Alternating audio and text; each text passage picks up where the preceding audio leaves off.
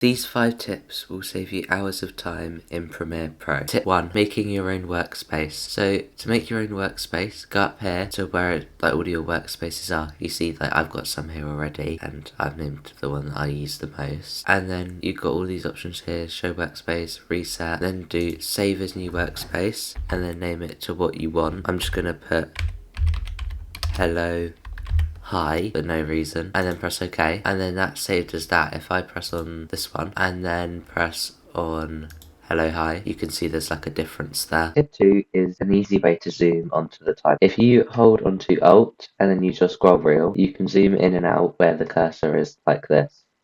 And it's really helpful and really useful. So tip 3 is using the circle and the rectangle for masking instead of using the drawing tool to try and draw your own rectangle and have it all neat and stuff. Tip 4 is probably my most useful one out of all of this. I'm just going to get rid of these quick. If you make some text, you can just add whatever you want onto it for now, and then make sure to highlight all of it, maybe make it a bit bigger first. And then I'm not going to do too much to the text, I'm just going to add a bit. So now, let's say we had multiple clips where we wanted this exact same font, of course. If you just cut it up around like this, let's say that this is where you needed to cut it up. And as you can see, make sure you press on the text, but it won't do the clip.